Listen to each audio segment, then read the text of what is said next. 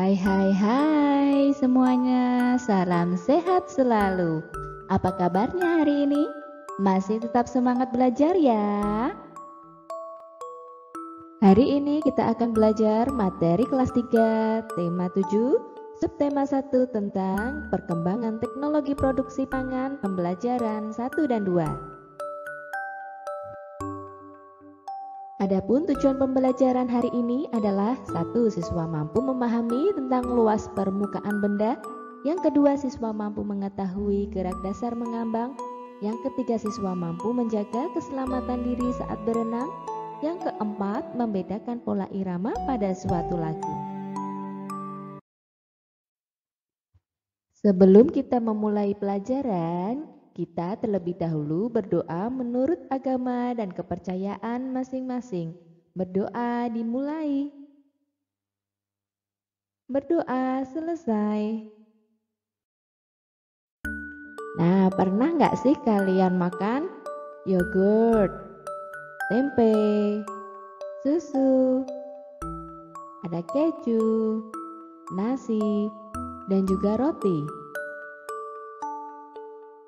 Roti adalah makanan yang terbuat dari tepung. Nah, roti itu sendiri adalah hasil produk dari teknologi pangan. Nah, kira-kira apa sih teknologi pangan itu? Yuk kita belajar bersama-sama teknologi pangan. Nah, apa itu pangan?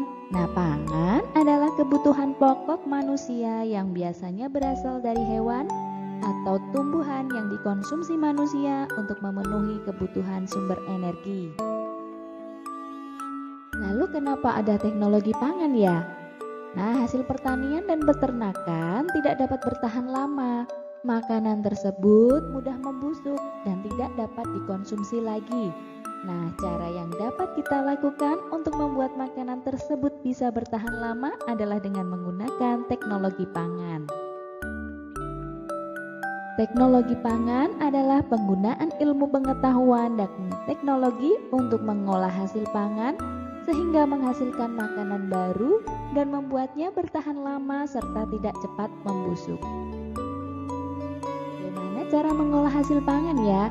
Nah, cara yang dapat kita lakukan untuk mengolah hasil pangan dengan menggunakan teknologi pangan adalah dengan cara pengawetan.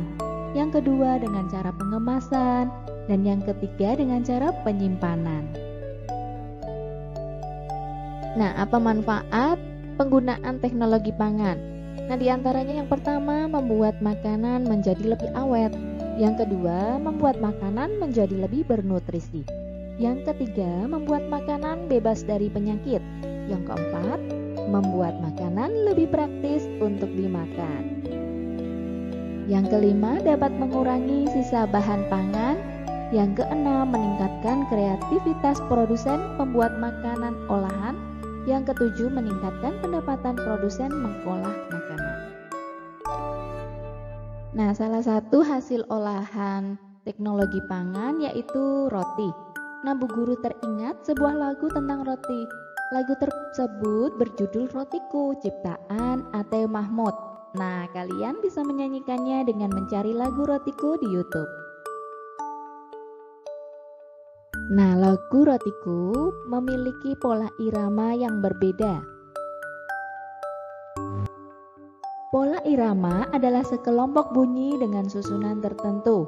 Pola irama muncul secara berulang-ulang dan teratur dalam sebuah lagu. Nah, coba kalian lihat lirik Rotiku karya A.T. Mahmud. Nah, di situ ada warna yang berbeda pada setiap lirik lagu. Nah, warna yang berbeda ini menunjukkan pola irama yang berbeda pula. Nah, kalian tahu tidak cara membuat tahu? Nah, coba kalian simak berikut ini ya.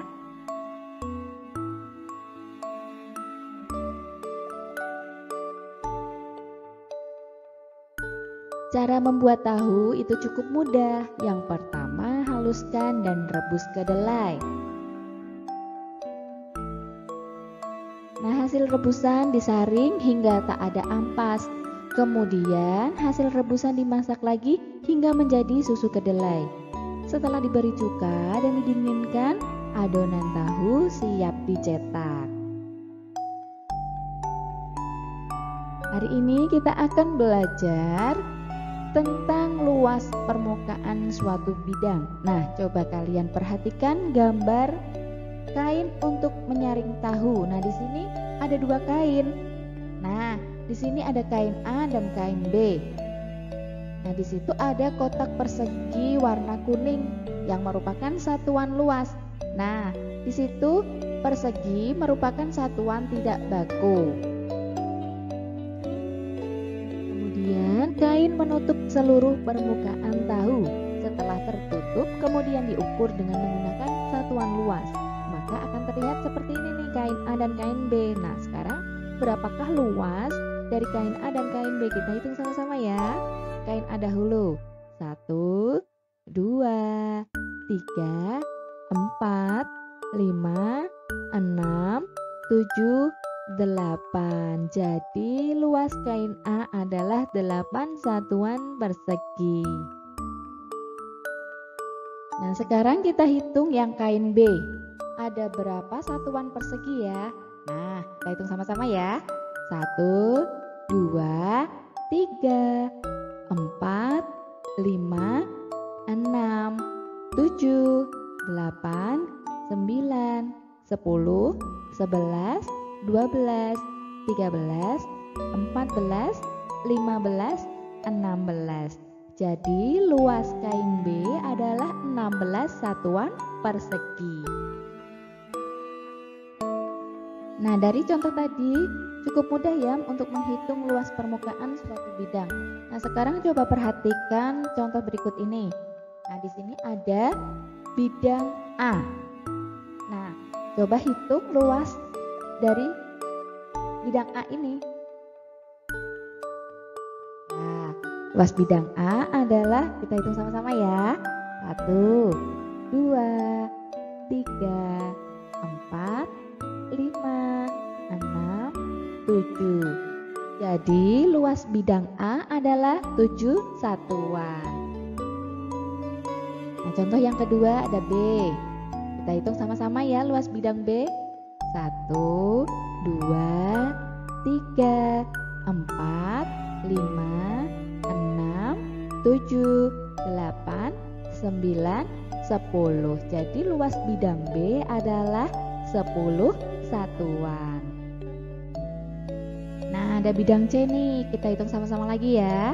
Luas bidang C 1, 2, 3, 4, 5, 6. Nah, luas bidang C adalah 6 satuan. Nah, sekarang untuk luas bidang D.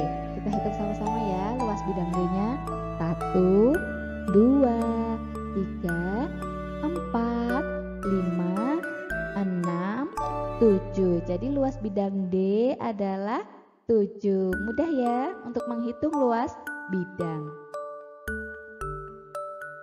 Nah, setelah kita mengetahui luas bidang A sampai dengan luas bidang D, kita masukkan satu persatu nih. Luas bidang A tadi ada 7 satuan, luas bidang B ada 10 satuan, luas bidang C ada 6 satuan, luas bidang D ada 7 satuan. Nah, sekarang luas bidang yang paling kecil adalah bidang apa nih? Yang paling kecil A, B, C atau D? Iya, adalah bidang C yang paling kecil. Kemudian luas yang paling besar adalah bidang, iya, bidang B. Nah, sekarang yang terakhir nih, bidang titik-titik dan titik-titik pada gambar memiliki luas yang sama. Mana nih yang luas bidangnya sama nilainya? Iya, A dan D. Nah, cukup mudah ya untuk menghitung luas bidang. Nah, pernahkah kalian makan bandeng presto? Nah, pasti pernah ya makan bandeng presto. Nah, bandeng presto adalah ikan bandeng yang dimasak dengan menggunakan panci presto. Panci presto menghasilkan uap air bertekanan tinggi. Hal itu yang akan membuat daging ikan menjadi lunak. Tidak hanya dagingnya, durinya pun akan melunak.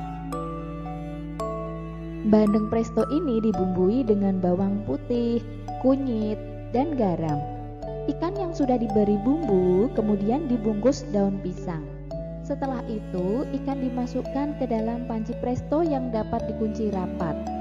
Lalu ikan akan matang secara merata. Nah, setelah matang, bandeng presto dapat dikemas. Cara mengemas bandeng presto akan menentukan daya tahan ikan. Jika dibungkus plastik biasa, ikan akan bertahan selama 5 hari. Namun, jika dibungkus dengan menggunakan plastik tahan udara, ikan akan bertahan hingga 3 bulan. Nah, coba perhatikan nih gambar ini. Pernah tidak kalian berenang di kolam renang? Nah, dalam berenang, mengambang merupakan gerak dasar dalam kegiatan berenang. Nah, ayo kita cari tahu tentang gerak dasar mengambang dalam berenang. Mengambang adalah aktivitas terapung atau mengapung di permukaan air. Ada yang berenang menggunakan alat seperti pelampung, ada juga yang tidak memakai alat. Nah, coba amati berbagai alat pelampung dalam berenang. Nah, di sini ada ban lengan. Nah, kemudian ada rompi lengan. Ada papan luncur, ada juga ban renang. Nah, kalian bisa menggunakan alat tersebut ketika kegiatan berenang. Nah, kalian bisa melakukan aktivitas berenang dengan keluarga, mama atau papa. Nah, cobalah untuk mengambang di atas kolam dengan kedalaman sebatas dada. Nah, di lingkungan sekitar kita dapat menemukan beragam kemampuan. Nah, beragam itu artinya bermacam-macam. Nah, masing-masing orang memiliki cara yang berbeda dalam menikmati buah-buahan. Nah, coba perhatikan di sini Siti lebih suka menikmati buah-buahan ketika minum susu rasa stroberi. Ternyata Dayu lebih suka menikmati bolu pisang. Sedangkan Lani lebih suka makan buah apel langsung. Semua suka buah-buahan, namun mereka menikmati buah dengan cara yang berbeda-beda. Setiap orang memiliki kebiasaan yang berbeda-beda. Kebiasaan yang berbeda merupakan bagian dari keberagaman. Nah, jika temanmu memiliki kesukaan yang berbeda darimu, apa yang akan kalian lakukan?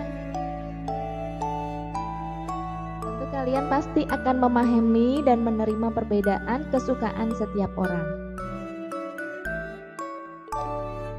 Sikap memahami dan menerima perbedaan ini merupakan pengamalan sila ketiga Pancasila yang berbunyi Persatuan Indonesia.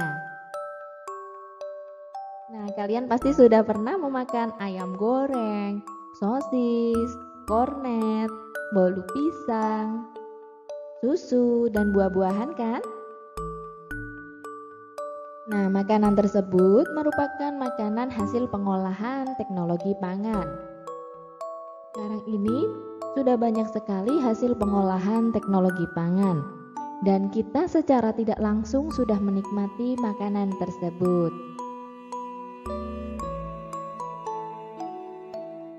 Terima kasih, kalian sudah menyelesaikan materi ini dengan baik.